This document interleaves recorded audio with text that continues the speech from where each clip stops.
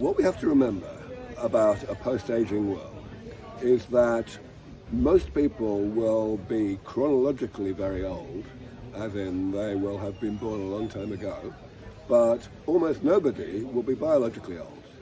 Almost everybody will be just like that movie In Time or whatever, where you just can't tell how long ago somebody was born by looking at them.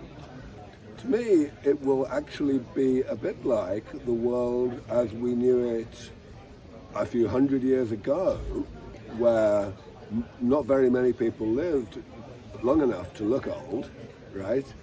But without all of the death, right? Without all of the infant mortality, without all of the other things that we have solved by technology over the years.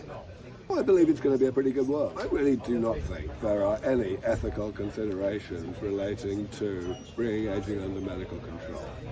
People like to claim there are, but when you look at what they are claiming, either they turn out to be sociological considerations, oh dear, won't dictators live forever, right? Which are, we've figured out how to solve things like that before.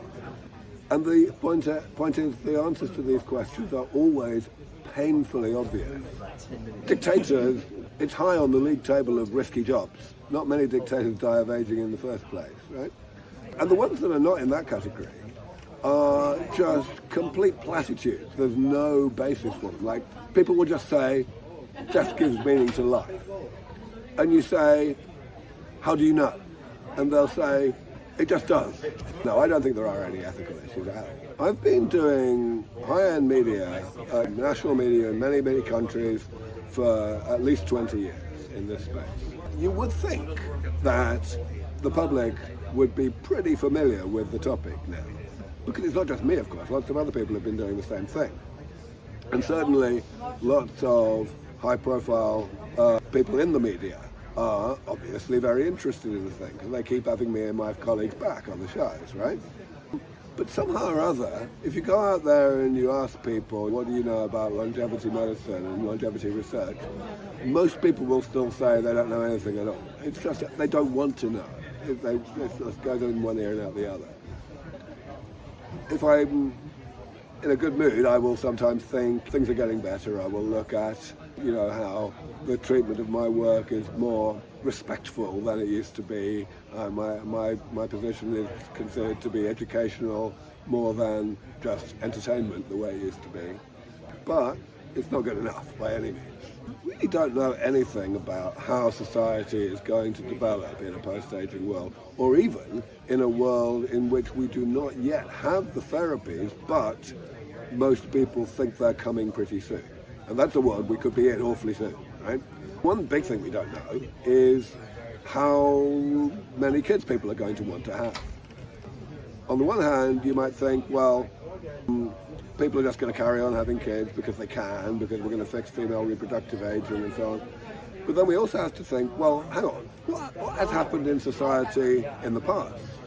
And we know that virtually every single society that has become prosperous enough and given women especially enough emancipation and education, the fertility rate plummets. People having far fewer kids.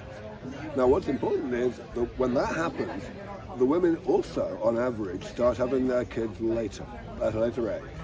And that's really important because at the moment they only have them a little bit later, but that's because if they don't have them in their 30s or so, they won't have them at all.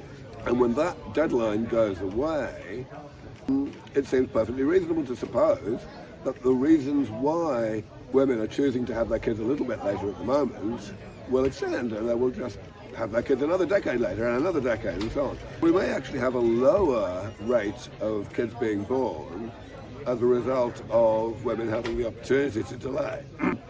In terms of what that means for parenting, well, the whole concept of education is obviously already changing really, really fast with all the new tools that are available. And so that may change. Of course, education, it may be much easier for education to be more lifelong rather than just for kids. But there's so many things that we can't really even predict. I think that we have to remember that medicine is supposed to be therapy. It's supposed to keep people in a state or restore people to a state that other people are already in. That's considered to be ideal. It's not like enhancement where we are making people into a form which nobody had ever been in, like being able to fly or something like that. Now, of course, you could say, well, we are going to make people live a lot longer, but that's not the same kind of difference, right? So I don't think that really applies. Which means that I do not think we would see people feeling that we had changed what it was to be human. However, we do always have to remember that the same technologies that will deliver the defeat of aging may very well also deliver enhancements.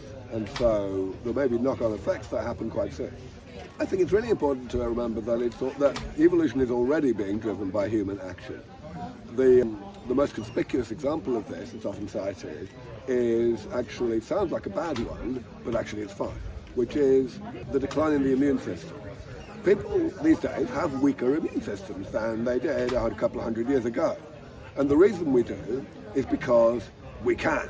If you have a weak immune system, then you are just as capable of surviving and having your own kids as you are if you have a strong immune system, whereas 200 years ago that wasn't true.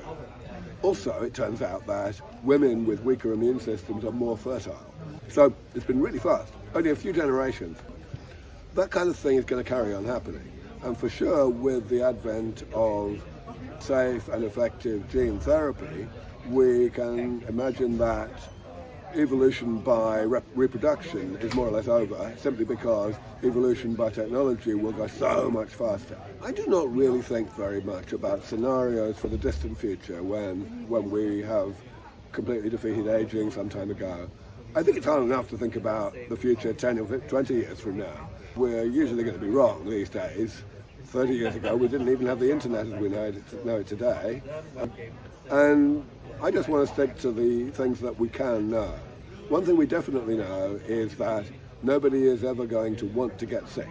At the moment, nobody wants to get sick. That's not going to change. But there are very few other things that we can be that certain about.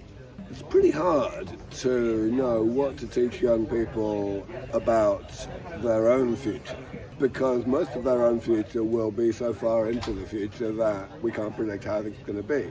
Changes have happened already in, for example, the way education works, where there's much less emphasis on teaching children facts, more emphasis on teaching children how to learn, because the facts that we could teach them today may not be relevant even 10 years in the future.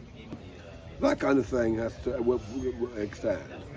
Of course, you can talk about what we could teach kids today that might benefit us, that might accelerate the defeat of aging, but I think I'd be more interested in what our children can teach us.